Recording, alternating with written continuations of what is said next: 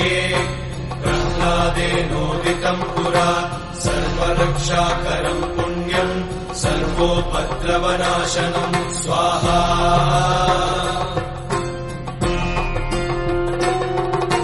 सर्वसम्पत्करम् चैव स्वर्गमोक्षप्रदायकम् ध्यात्वा नृसिंहम् देवेशम् हेमसिंहासनस्थितम् स्वाहा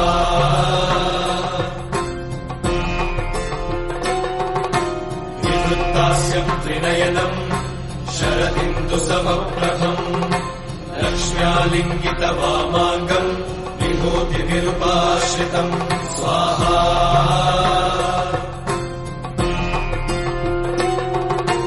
चतुर्भुजम् कोमलाङ्गम् स्वर्णकुण्डलशोभितम् श्रिया सुशोभितोरस्कम् रत्नकेयूरमुद्रितम् स्वाहा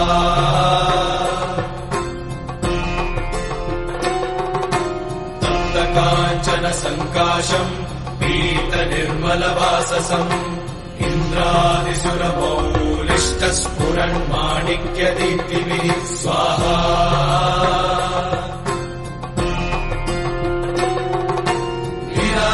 विराजितपदद्वन्द्वम् शङ्खचक्रादिहेतिभिः गरुत्मता च विनयात् स्तूयमानम् मुदान्वितम् स्वाहा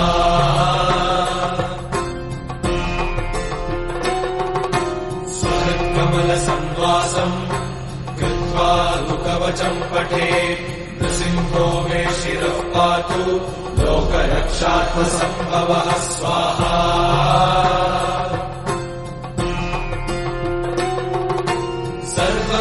सर्वगोपिस्तम्भवासः फालम् मे रक्षतु ध्वनिम् नृसिंहो मे दृशौ पातु सोमसूर्याग्निलोचनः स्वाहा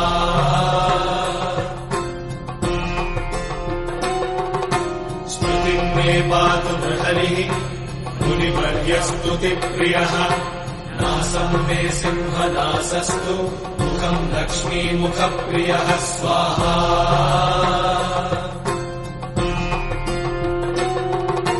सर्वविद्याधिपः पातु नृसिंहो रसना मम वक्त्रम् पात्विन्दुवदनम् सदा प्रह्लादवन्दितः स्वाहा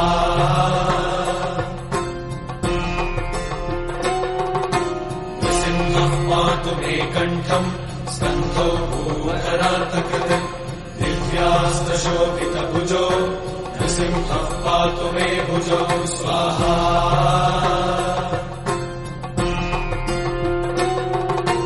करौ मे देववरदौ नृसिंहः पातु सर्वतः हृदयम् योगिसाध्यश्च निवासम् पातु मे हरिः स्वाहा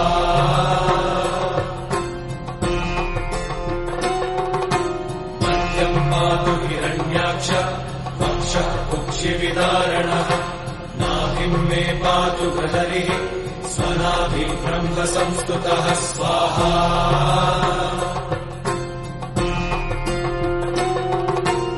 ब्रह्माण्डकोटयः कट्याम् यस्यासौ पातु मे कटिम् गुह्यम् मे पातु गुह्यानाम् मन्त्राणाम् गुह्यरूपतिः स्वाहा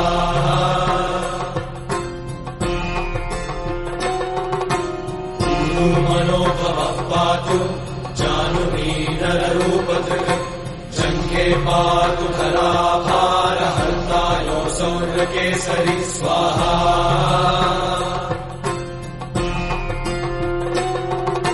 सुरराज्यप्रदः पातु पादौ मे गृहरीश्वरः सहस्रशीर्षा पुरुषः पातु मे सर्वशस्तनम् स्वाहा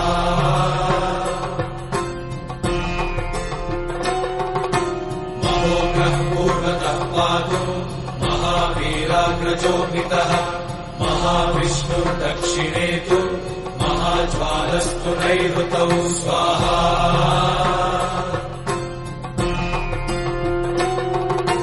पश्चिमे पातु सर्वेषु दिशि मे सर्वतोमुखः नृसिंहः पातु वायव्याम् सौम्याम् भीषणविग्रहः स्वाहा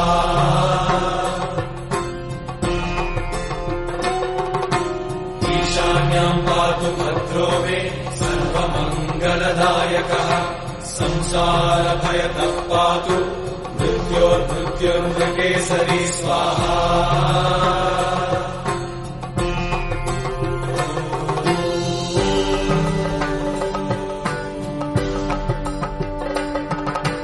गर्जन्तम् गर्जयन्तम् निजभुजपटलम् स्फोटयन्तम् हरन्तम्।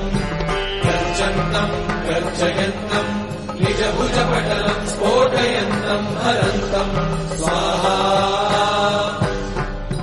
दिव्यन्तम् तापयन्तम् दिविभुवि दिविजम् क्षेपयन्तम् क्षिपन्तम्।